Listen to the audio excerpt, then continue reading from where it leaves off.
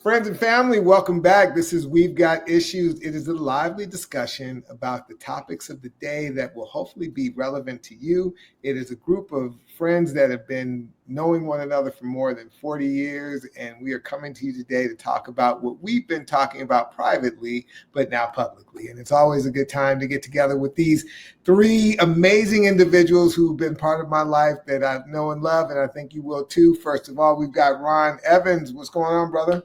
Hey, greetings from the DMV. That's right. That's right. And again, our good and semi right of center friend Darren Gray. What up?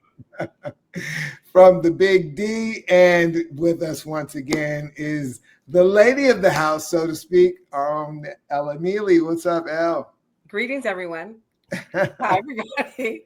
All right. So every week we like to bring a topic of discussion brought to us by one of our very own. And today, Ella is going to step to the mic and tell us what's on her mind. What's your topic for the week, Miss Ella? So a couple of weeks ago, about a week and a half ago, I got shook. I had a conversation with a man and it shook me. And, you know, we talked about board of directors in a previous episode. And so I'm coming to my board of directors, you three men in my life, to ask you what you think about what he said to me. And one part of what he said was that men want they have three S's for women. So men want three S's from women. And I want to ask all of you what those three S's are. Are you asking us what we think he said or what our what you think he said as far as what the three S's are? I've got three S's. Well, we know one is sex. That's one, obviously. Yes. Right? Okay. What are So, Nick, what do you think the three S's are? Well, in my youth, I used to say it in a much more vulgar way, but it was sustenance, sex, and silence. Ooh, very Handmaid's Tale. Very. What's sustenance? Sustenance food. Okay. So, this is a family-friendly podcast, so I can't say what I used to say.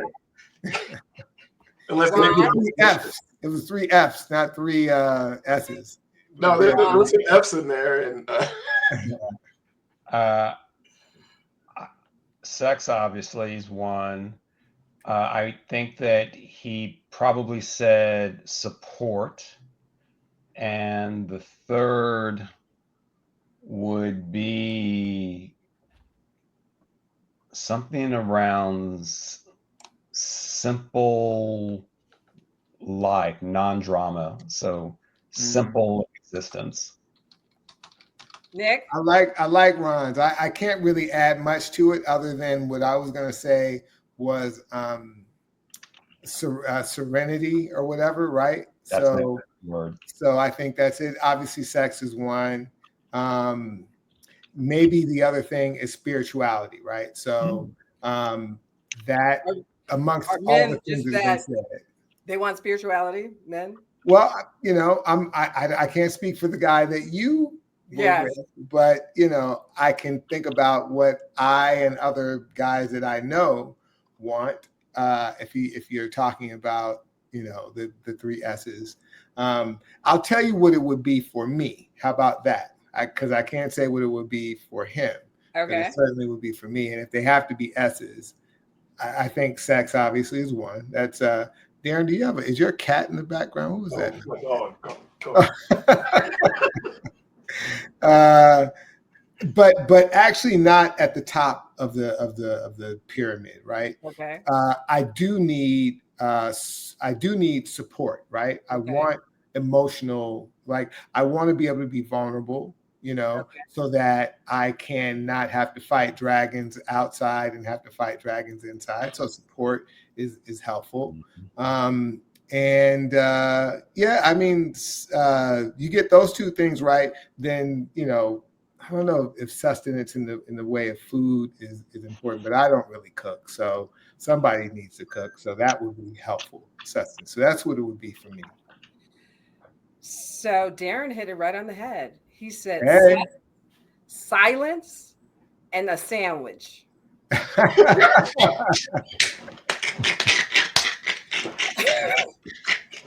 And so, Darren, I would not spike the football on knowing those three things. I said in my younger days. So he's 40-ish. And the conversation was, we were at, actually, he's one of my subcontractors. And so I was kind of playing around with him. I said, yeah, have you found me a husband yet? And so he said, well, so I'm going to tell you the entire conversation that shook me. He says, well, Ella, you really don't have anything to offer a man. Wow. Yeah, exactly. And he said, because you're self-sufficient. Men want three things. They want basically sex, they want you to shut up, silence, and they want some food. And then they like to take care of women. So they like damsels in distress. And so, you're coming with your own company, your own house, your own this and that. And so basically it's hard for you because what can we do for you? And so then he said, if you do find somebody, he said, don't be surprised if they're mega. Oh my And I was like, because the insinuation was that he was mega. And so this is a 40-something-year-old Black man who has his own company. And I was like, wow. And then he says, well, I asked if it could be an open, if this could be a, what did you say, open conversation? And I wasn't expecting that. And then I said, well, how does that resonate for you?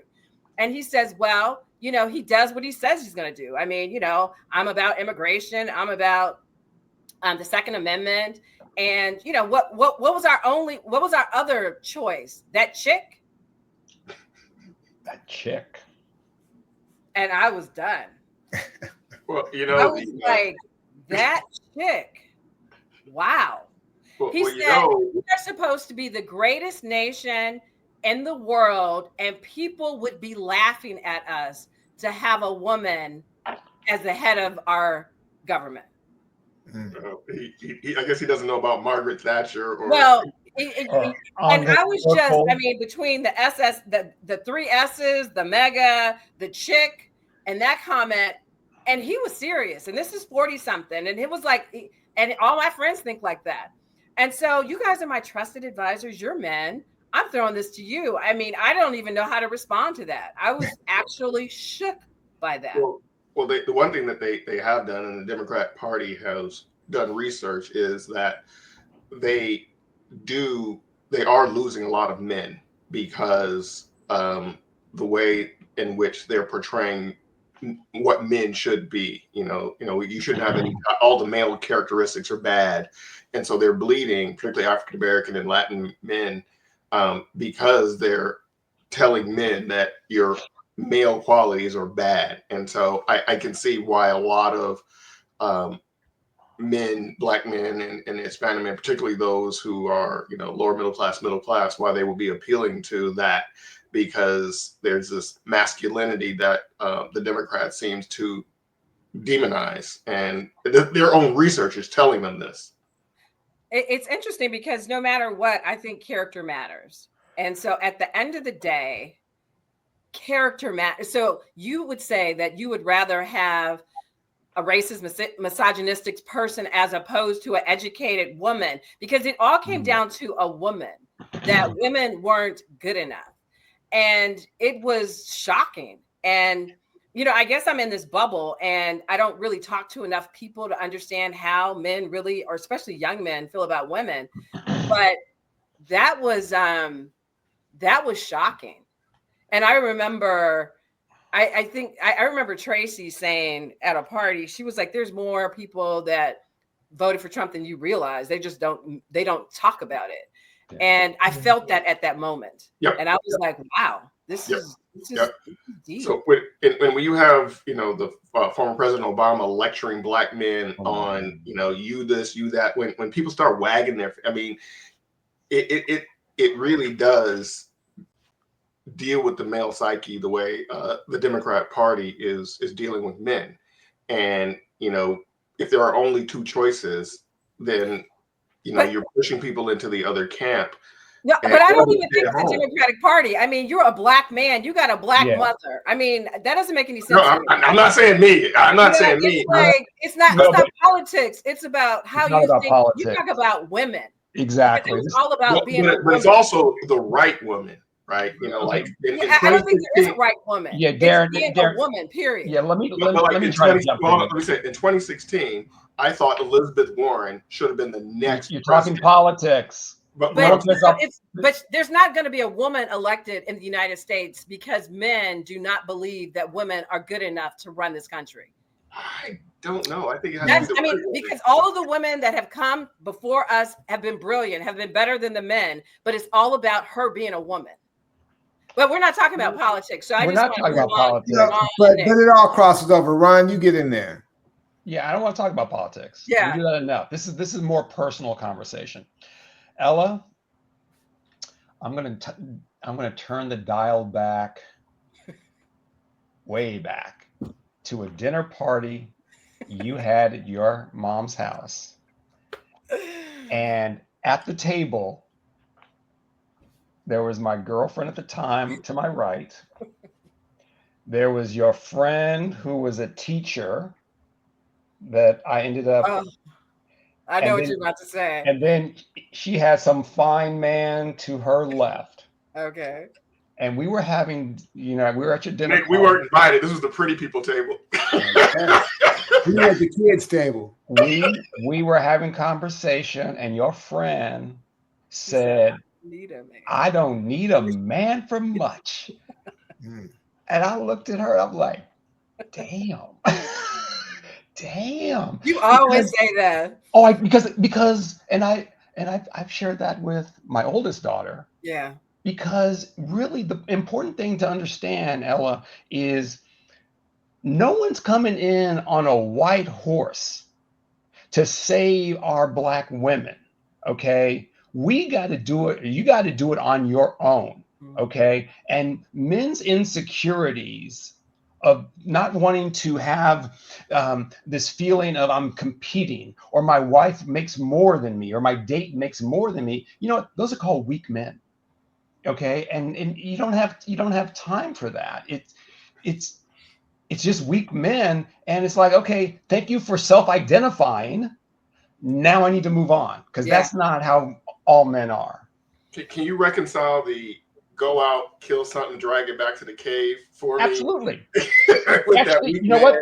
Yeah. Actually, you didn't say stay home with the kids. You said you didn't say that. No, Darren. Thank you for your foot's in the trap. Let me close it on you.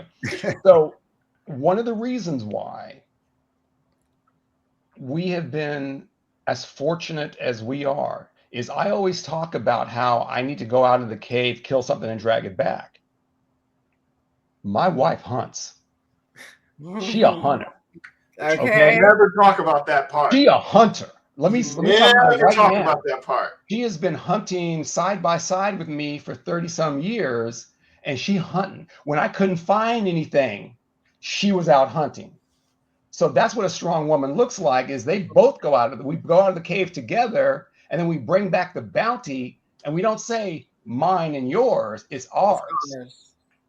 I got a hunter. So that's part of it as well, is you got to find a woman that's like, I got your back. Let's go kill this together. And Ella, don't even pay attention to those type of I don't know, Nick. Does that sound a little revisionist to the story there? Ben? No, he certainly added more color to it, right? It was as if Ron was the sole hunter in the family. No.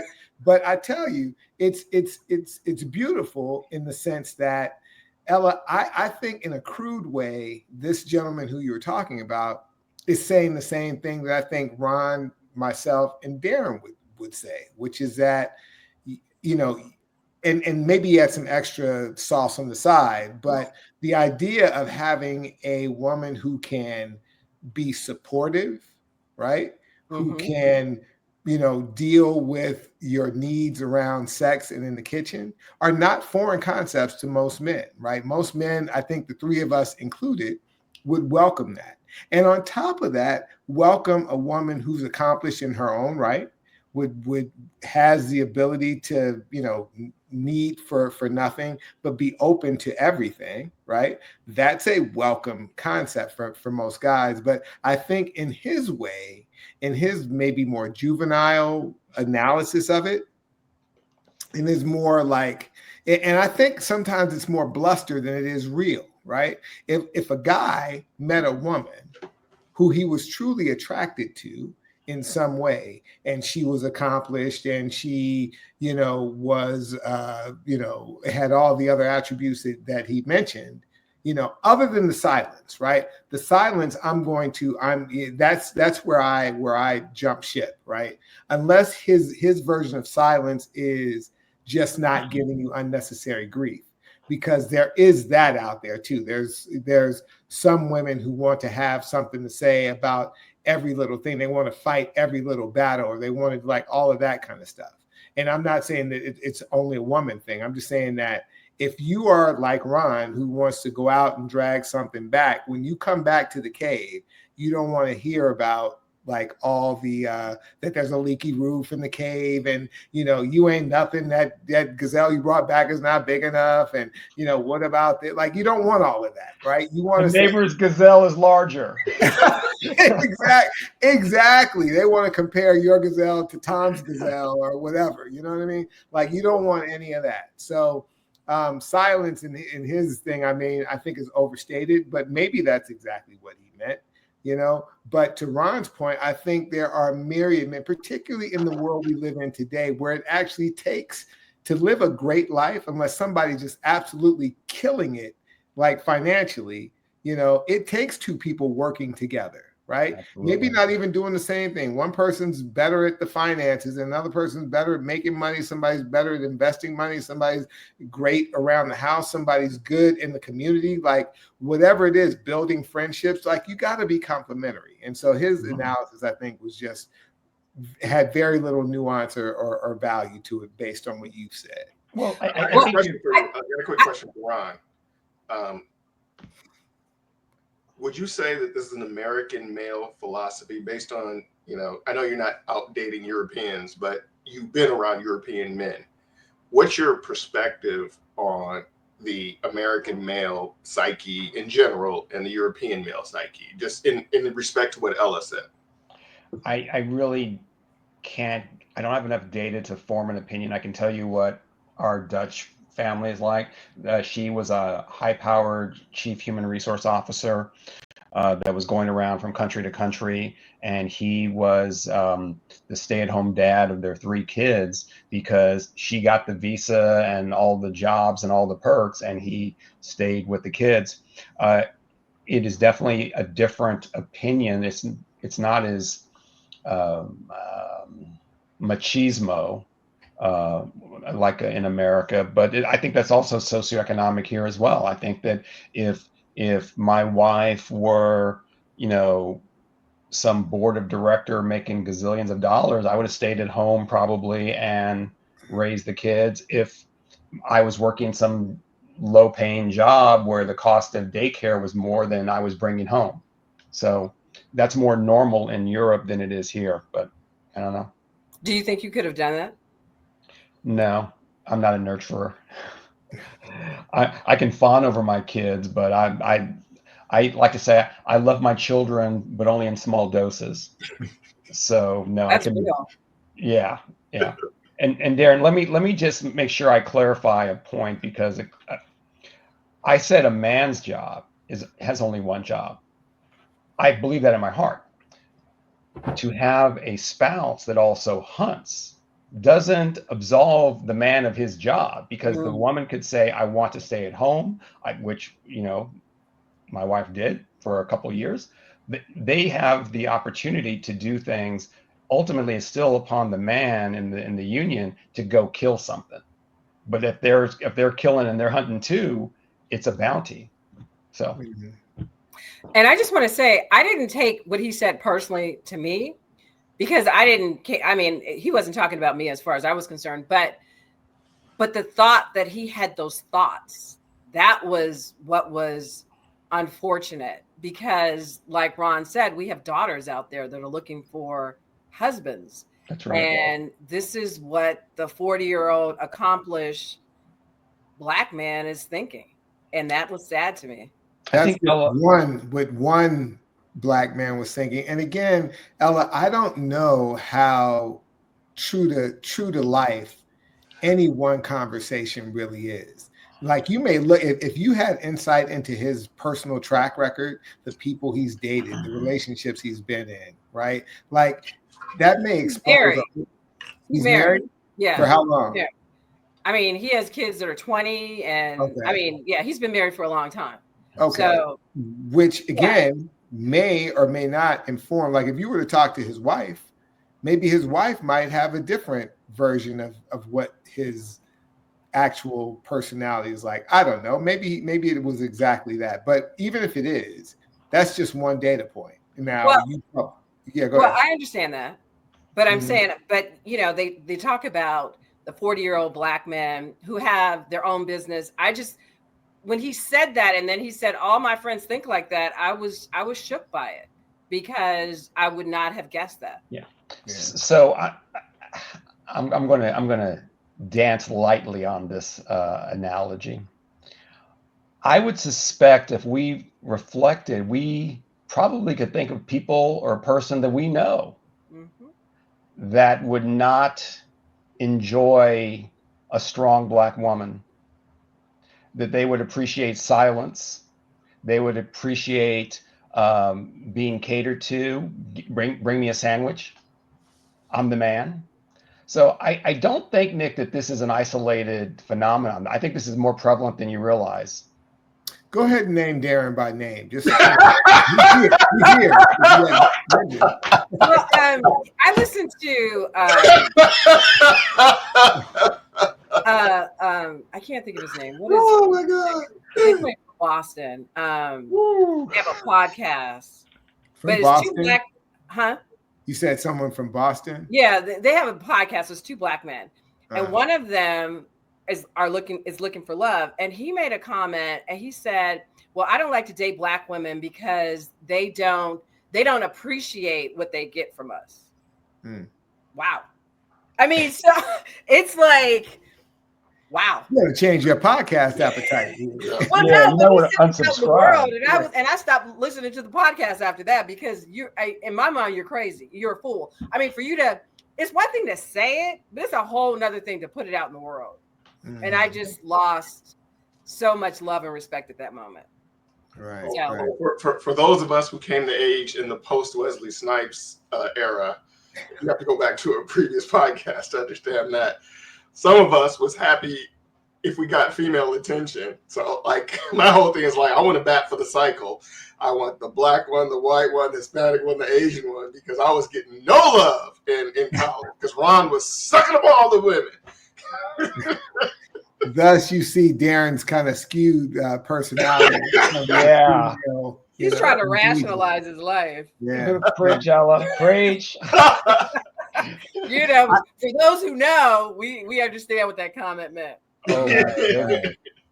I do think that there, on a more general level, I do think there are some real psychological issues that both Black men and Black women face, right? Like, there's some real tragedy going on out there in terms of how we relate to each other, how we see each other, how we deal. I mean, there's a whole litany of things of which you're probably very well tuned to, Ella, about what happens in the dynamics between men and women, particularly as it relates to fidelity, right? Fidelity, to me, is probably the biggest issue that women face, but Black women in particular face. But then also a lot of that has. Say more about it. You said fidelity? Fidelity, yeah, just being faithful, just being able to focus on one partner at a time, right? That's a real, from my experience, from my discussions, from what I'm aware of, like, fidelity is a very real thing. And so for women to try and meet some kind of standard, where even when you seem to meet the standard, sometimes it's not enough for you to get what you want in many occasions, right? Because men have been trained to know that they can have their cake and eat it too. So, on a certain level, women are up against it in a way that you can try and check all the boxes and feel like you're doing it the right way and still end up, facing not getting in return what you're getting out. I'll end my little portion of this with this. But there is something to be said.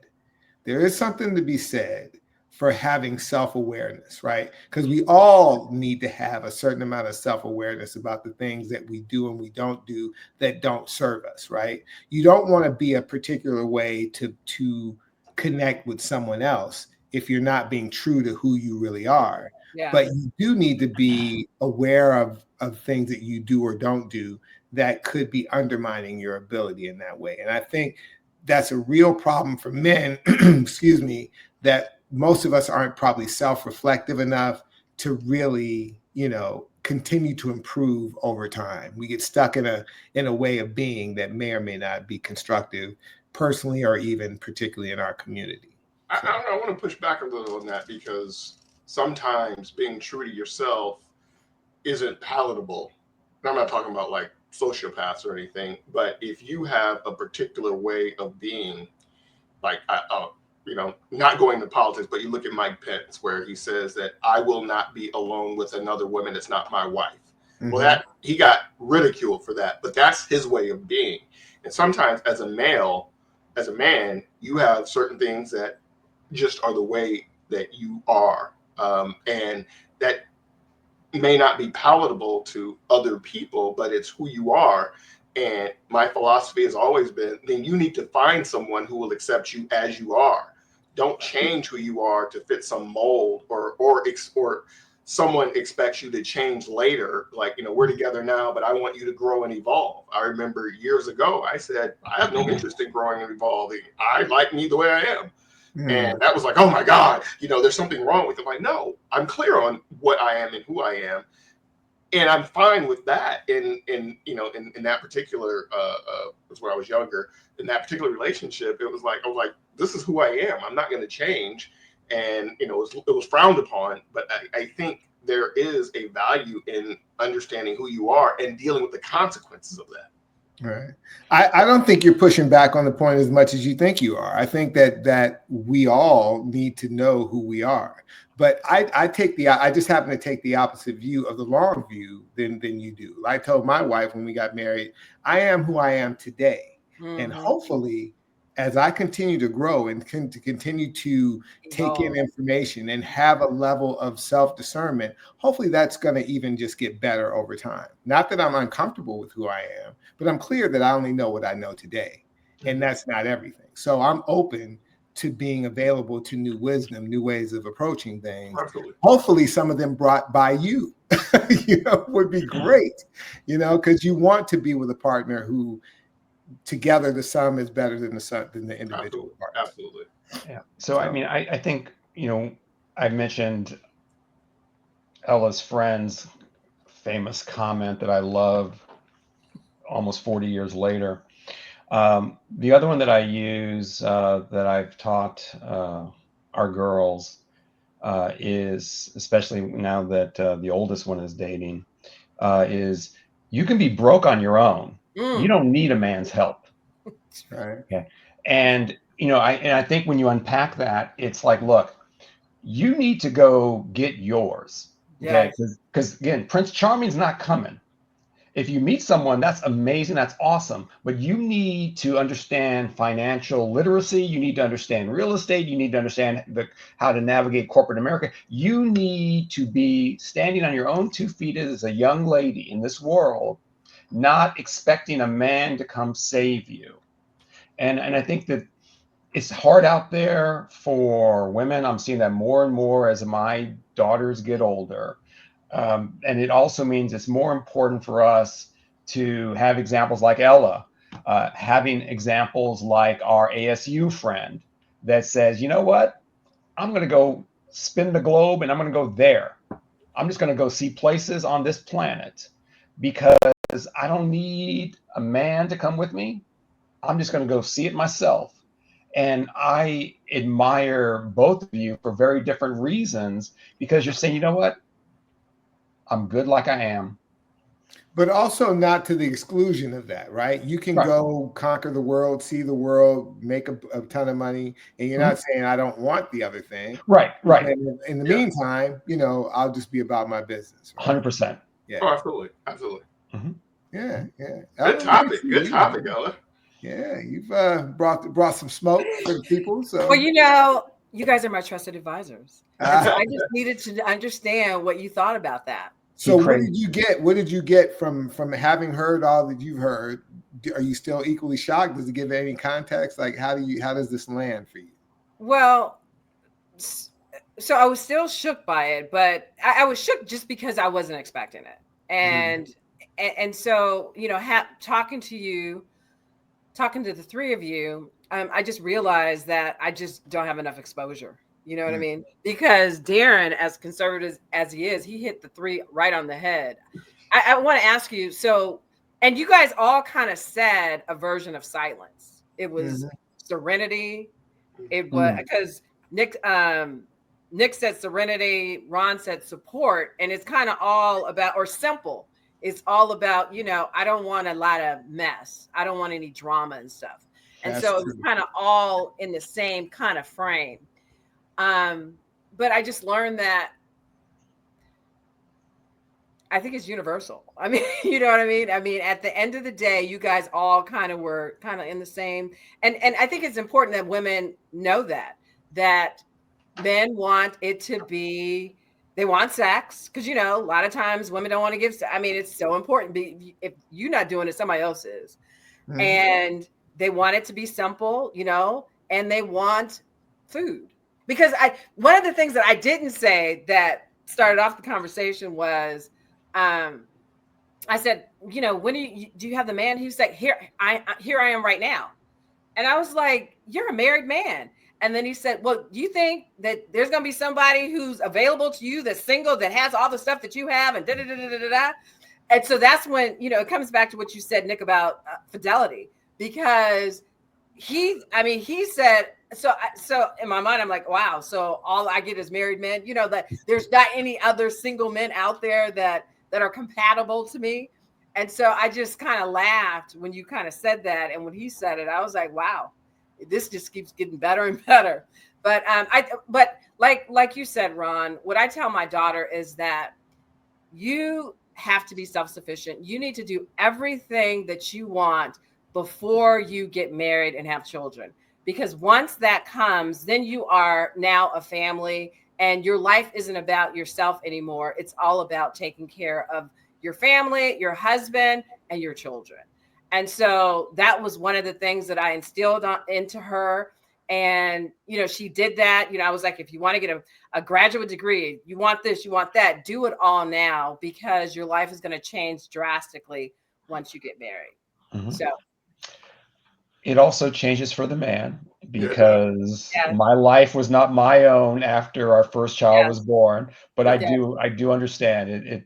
Everything changes when that child comes. Yes, exactly. Because now you have to take care of a human. I mean, people don't, it's more than an ocean. Nobody, you don't know what you're signing up for, because they are solely dependent upon you for everything. I have told the story often. I will never forget when they rolled my wife out of the hospital with our oldest, and we put her in the baby in the car seat. And as we got in the car, we watched the nurse take the wheelchair and go back in. And we're like, they're going to leave this child with us? Exactly. You're not coming with us? But you're not coming? But it's that moment of like, no, this is on you. Yes, this is all you. Right. Well, Ella, we hope that your future conversations with men will be much more pleasant than this last one, because I believe that there are men out there who are looking for the same thing that you are. And a sandwich is not a bad thing. So sandwich is not a bad thing. But I do have a closing. What is it? Parting shot. A closing shot. So last weekend I watched the French Open, And I want to first congratulate Coco Gauff, a Black woman who basically got that French crown and brought it home. Nice. And to close with the man who won the French Open. I don't know if you guys watched it. I watched all 5 hours and 30 something minutes of it. But, you know, it was a 5-setter.